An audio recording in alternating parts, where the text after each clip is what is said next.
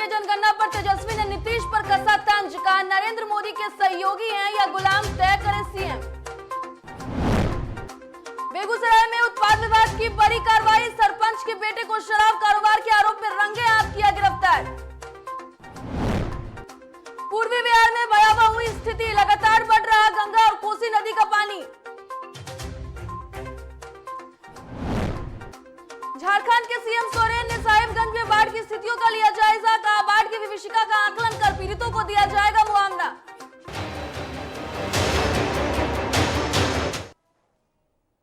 नमस्कार, डीटीवी भारत में आपका स्वागत है। मैं हूं पूजा वर्मा और अब खबरें विस्तार से। तेजस्वी यादव ने कई मुद्दों को लेकर सीएम नीतीश कुमार पर हमला बोला है। दरअसल तेजस्वी ने जाति जनगणना पर अपनी बात रखी तो वहीं उन्होंने पीएम मोदी द्वारा मिलने का समय नहीं दिए जाने पर हमला बोला और राजद के प्रदेश अध्यक्ष जगदानंद सिंह के रूठने मनाने के सिलसिले पर तेजस्वी यादव ने चुप्पी तोड़ते हुए कहा कि जगदानंद सिंह के नाराज होने की झूठी खबर फैलाई गई थी। तेजस्वी यादव ने कहा है कि जगदानंद सिंह को प्रदेश संगठन में सारे फैसले लेने का अधिकार है। ऐसे में अगर उन्होंने छात्र राजद के प्रदेश अध्यक्ष की नियुक्ति की है तो वह उनका अधिकार है। तेजस्वी ने कहा कि मेरा कोई हस्तक्षेप प्रदेश संगठन में नहीं होता है। ये तो हम बताना नहीं चाहते। ये तो बेहतर होगा कि मुख्यमंत्री जी स्वयं बताएं कि जो सहयोगी हैं या गुलाम हैं। आदरणीय नीतीश कुमार जी सहयोगी हैं या गुलाम हैं?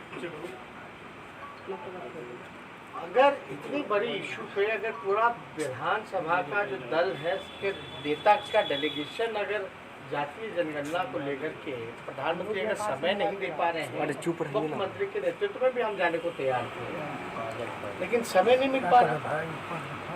तो भैया ये समझ में नहीं आ रहा। ये तो आप कह सकते हैं कि मुख्यमंत्री जी की तौहीन की जा रही है। हम जान रहे हैं, देखिए इनसे भी मिले, संतोष मांझी जी से भी पीएम, आप देख सकते हैं, ये साफ तौर पे देख सकते हैं। लगातार 4 तारीख से हम लोग जो हैं चिट्ठी पे चिट्ठी लिख रहे हैं, लेकिन प्रधानमंत्री जी को मुख्यमंत्री जी से मिलने का अंतरात्मा जागती थी, नहीं जागती थी। भैया ये तो आप बताइए, आज की तस्वीर है शायद, ये आज की तस्वीर है।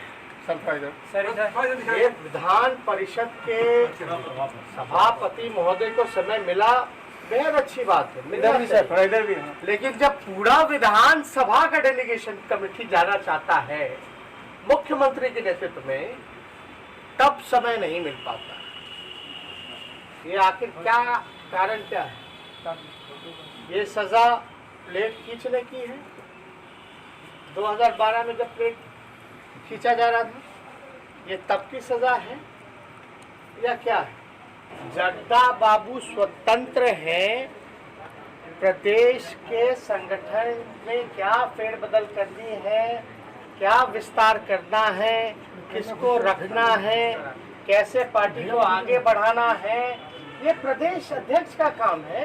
बेहतर होगा अगर किसी चीज को लेके अगर आप लोग सवाल पूछ रहे हैं तो इसमें हम बेहतर जवाब नहीं दे पाएंगे, जितना बेहतर जवाब वो देते हैं।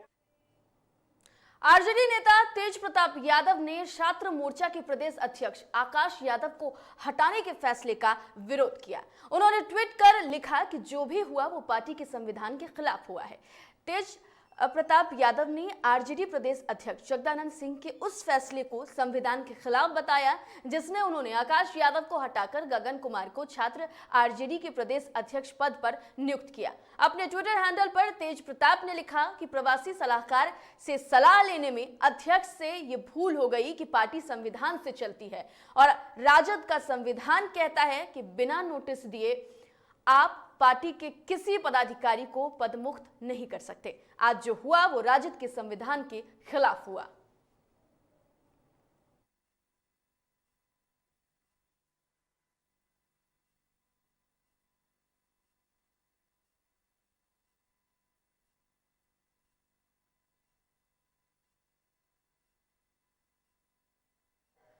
और इस वक्त की बड़ी खबर का रुख कर लेते हैं। लगातार बिहार में जातीय जनगणना को लेकर सियासत तेज है। ऐसे में जातीय जनगणना पर तेजस्वी यादव ने बोला था, जिसके बाद आपको बता दें कि बड़ी खबर ये सामने आ रही है कि विपक्ष ने विधानसभा में मांग उठाई थी जातीय जनगणना को लेकर के, और अब इस मामले में आपको बता दें कि वीसी में 2 बार प्रस्ताव भी पारित हुआ था।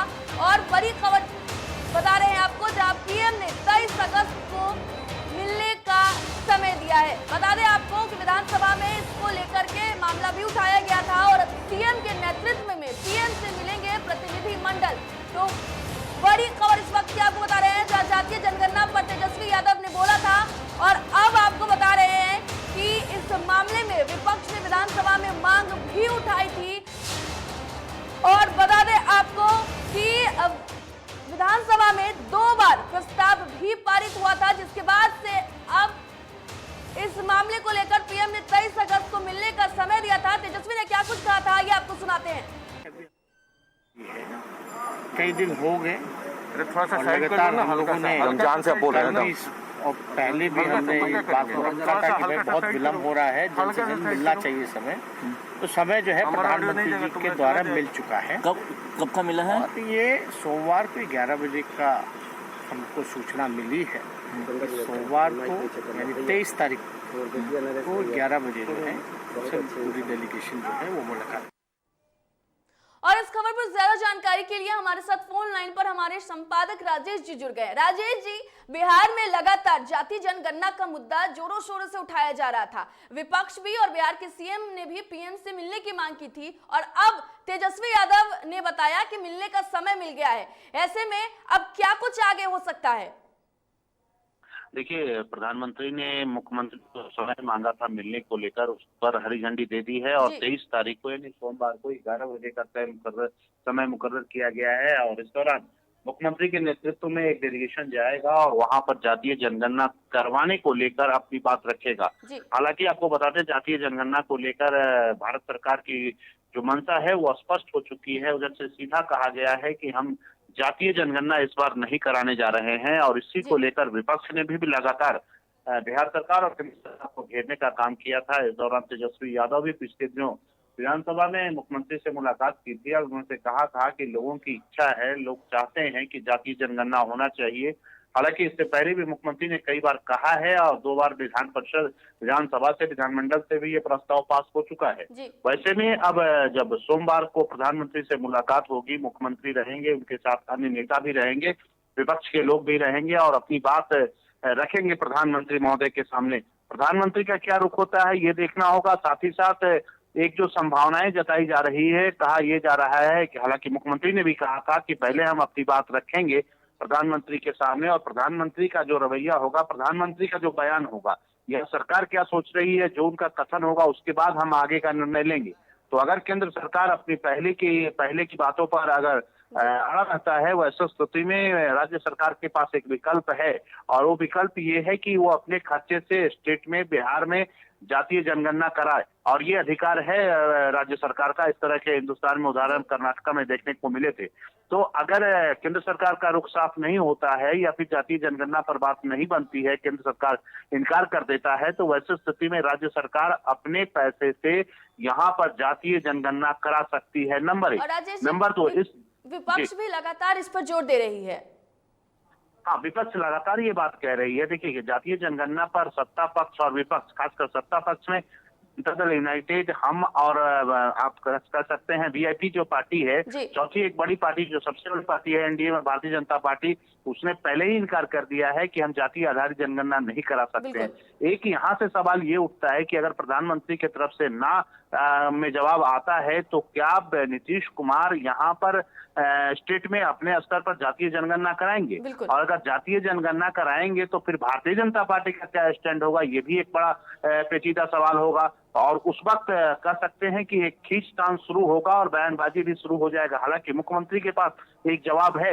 मुख्यमंत्री वो लगातार कहते भी रहे हैं कि जब विधानमंडल में प्रस्ताव पास हुआ था तो सर्वसम्मति से पास हुआ था, उसमें भारतीय जनता पार्टी के लोग भी थे, आरजेडी, कांग्रेस, लेफ्ट, सभी विंग के लोग थे। तो वैसे में मुख्यमंत्री के पास ये जवाब है। लेकिन अब जो केंद्र सरकार का स्टैंड है, उस स्टैंड में भारतीय जनता पार्टी की मुश्किल बढ़ जाएगी, क्योंकि बिहार में सरकार है और जिस तरह से केंद्र सरकार का रुख है उस एजेंडे पर अगर बिहार बीजेपी चलती है तो सरकार मुश्किल में आ सकती है। लेकिन जो 23 तारीख की जो बैठक होने वाली है और जो संवाद होने वाला है, उस संवाद से क्या बातें निकलकर बाहर आती है, ये बिहार की सियासत के भी भविष्य को तय कर सकता है। पूजा। बिल्कुल राजेश जी, बहुत बहुत धन्यवाद आपका। तो जिस तरीके से अब पीएम ने समय दे दिया है, ऐसे में निगाहें इस बात पर टिकी है कि जब बातचीत होगी तो क्या कुछ बातें निकलकर सामने आती है, क्या केंद्र जाति जनगणना के फैसले पर जो अपना फैसला सुना चुकी है उसको बदलती है या फिर अपने स्टैंड पर कायम रहती है। फिलहाल के इस खबर पर नजरें बनी रहेगी।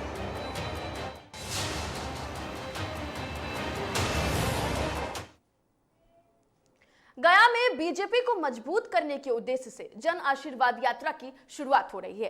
केंद्रीय ऊर्जा मंत्री आर.के. सिंह गुरुवार यानी आज इसका आगाज करेंगे। इस यात्रा में मुख्य रूप से जिला प्रभारी मंत्री सह उद्योग मंत्री शहनवाज हुसैन और प्रदेश अध्यक्ष संजय जायसवाल सहित प्रदेश स्तर के नेता शामिल होंगे। आज से शुरू हो रही इस जन आशीर्वाद यात्रा के लिए बीजेपी की जिला इकाई ने पूरी तैयारियां कर ली है।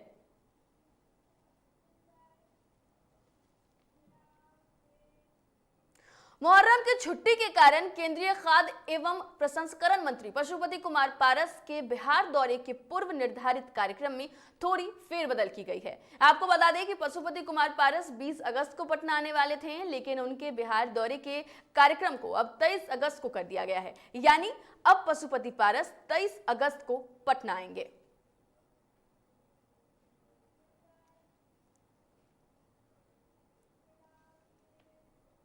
गंगा का जलस्तर बढ़ने के साथ ही दानापुर दियारा के 6 पंचायतों में बाढ़ का पानी घुस जाने के बाद लोग पलायन कर रहे हैं और दियारा से पलायन करके आए लोगों को दानापुर के बलदेव स्कूल में बनाए गए बाढ़ राहत केंद्र में ठहराया गया है। बुधवार को पाटलिपुत्रा के सांसद रामकृपाल यादव बाढ़ राहत शिविर का निरीक्षण करने पहुंचे, जहां लोगों से मिलकर उनकी समस्याओं को जाना। इसके अलावा शरणार्थियों को मिल रहे सरकारी सहायता को भी बारीकी से देखा। इस मौके पर सांसद ने कहा है कि बाढ़ पीड़ितों को होने वाली परेशानियों के बारे में जिलाधिकारी से पीड़ितों के लिए अच्छी व्यवस्था करने की मांग की है। ये दानापुर विधानसभा क्षेत्र में जो बाढ़ प्रभावित लोग हैं, खासतौर पर दियारा के लोग, उनका ये राहत शिविर चल रहा है। अब से कोई 10-11 तारीख को मेरे डीएम साहब से बात हुई थी, एसडीओ साहब से बातचीत हुई थी और उन्होंने जो मुझको आश्वासन दिया था उसके अनुसार काम यहाँ हो रहा है। मैं सब लोगों से मिला, जो पीड़ित परिवार के लोग हैं उनसे मिला है।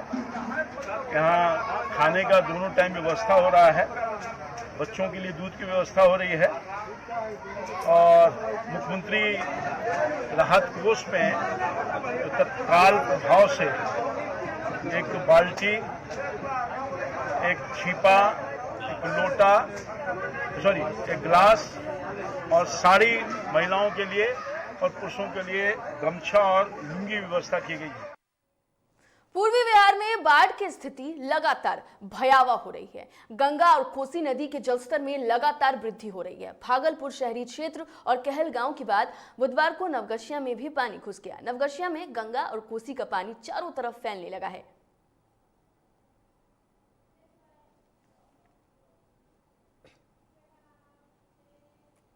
दक्षिण पश्चिमी मानसून करीब 2 हफ्ते के बाद यानी कि आज 19 अगस्त से फिर से उत्तर भारत में सक्रिय होगी। भारत मौसम विभाग के द्वारा बताया गया है कि बिहार में बारिश की स्थिति बनी हुई है और अलग अलग स्थानों पर 20 से 22 अगस्त को भारी बारिश हो सकती है।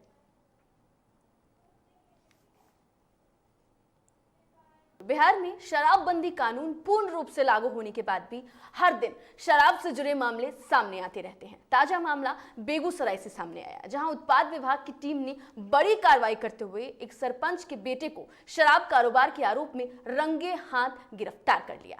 फुलवारी थाना क्षेत्र के शोकहारा में हुई इस कार्रवाई के संबंध में बताया जा रहा है कि स्थानीय सरपंच राजकुमार मिश्रा के बेटे राहुल राज एक रेस्टोरेंट चलाते हैं और रेस्टोरेंट के आड़ में ही शराब और बियर का कारोबार करता है। बीती रात जिस वक्त उत्पाद विभाग की टीम ने उस स्थल पर छापेमारी की तो 56 केन बियर के साथ आरोपी राहुल राज को गिरफ्तार कर लिया गया। फिलहाल पुलिस की गिरफ्तारी में आए आरोपी से पूछताछ चल रही है। समर्था महोदय बेगूसराय के आदेशानुसार फुलवड़िया थाना के साथ किए गए छापामारी में सोकहरा 2 में hot and spicy Chinese restaurant से के आड़ में बियर का चौर व्यापार करते हुए हम लोग होटल के संचालक को पकड़े हैं, जिसका नाम है राहुल राज। उसके फादर हैं राजकुमार मिश्रा, सरपंच हैं जैसा पता लग रहा है। वहीं पर हम लोग 26 लीटर बियर वहीं 56 500 ml का बियर को हम लोग पकड़े हैं और आगे की कार्रवाई की जा रही है। और इस खबर पर ज्यादा जानकारी के लिए हमारे साथ फोन लाइन पर जीवेश जुड़ गए हैं। जीवेश, आपसे जानना चाहेंगे कि पूरे मामले को लेकर क्या कुछ अपडेट है?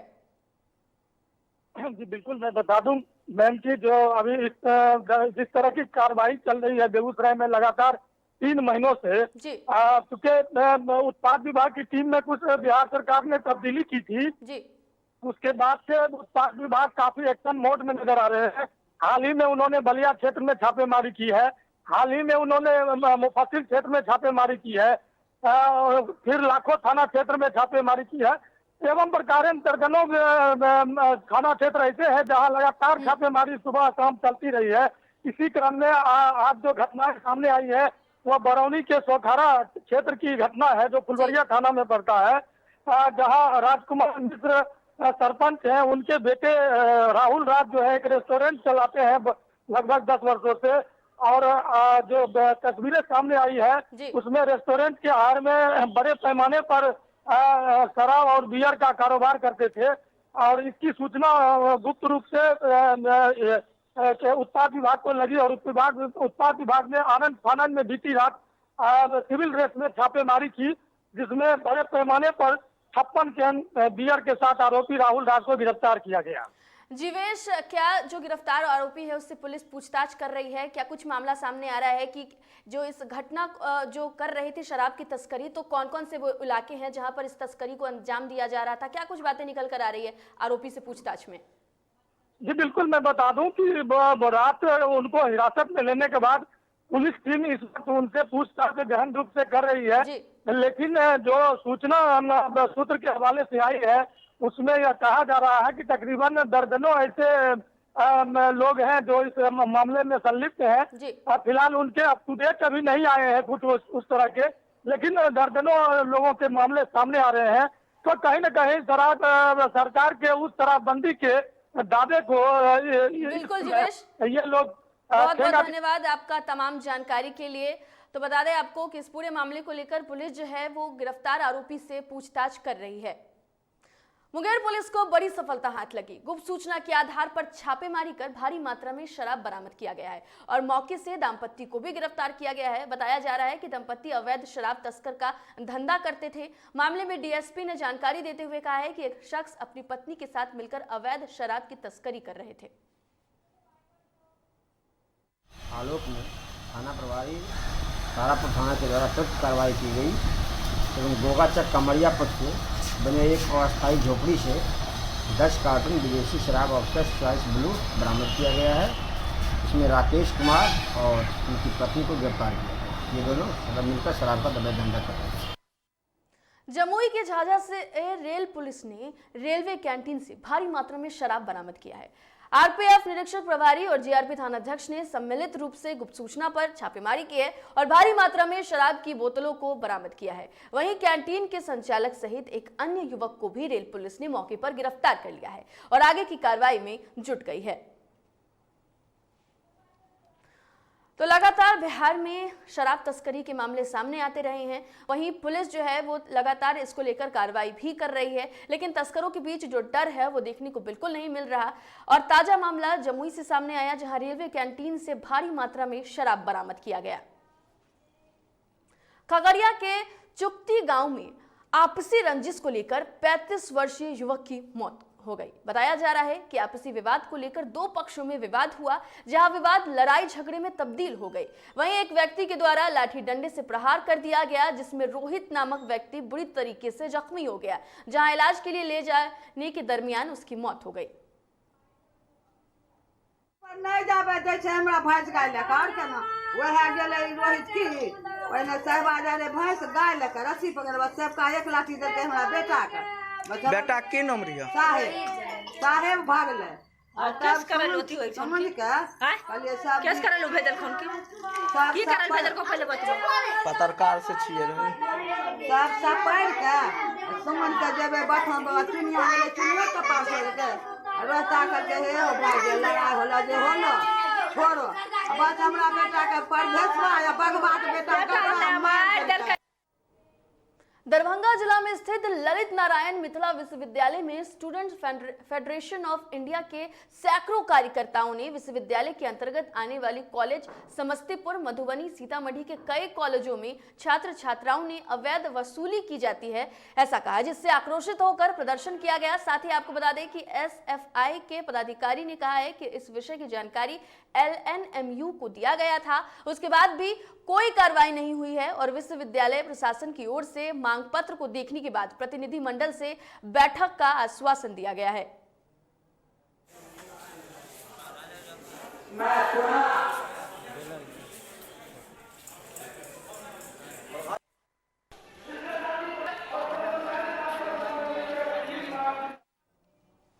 और अब खबरें झारखंड से। साहिबगंज में मुख्यमंत्री हेमंत सोरेन ने बाढ़ प्रभावित इलाकों का निरीक्षण किया और कहा कि बाढ़ प्रभावित इलाकों में सरकार द्वारा हर संभव मदद पहुंचाई जाएगी और बाढ़ की विभीषिका का आकलन कर पीड़ितों को मुआवजा दिया जाएगा। उन्होंने कहा है कि राज्य सरकार बाढ़ से प्रभावित लोगों की सुरक्षा के लिए पूरी तरीके से कटिबद्ध है। वहीं मुख्यमंत्री ने साहिबगंज जिले में बरहेट प्रखंड के फुटबॉल मैदान में 35 योजनाओं का शिलान्यास और विभिन्न योजनाओं का उद्घाटन किया और इस अवसर पर बाबा साहेब भीमराव अंबेडकर आवास योजना के अंतर्गत स्वीकृति पत्र दिया।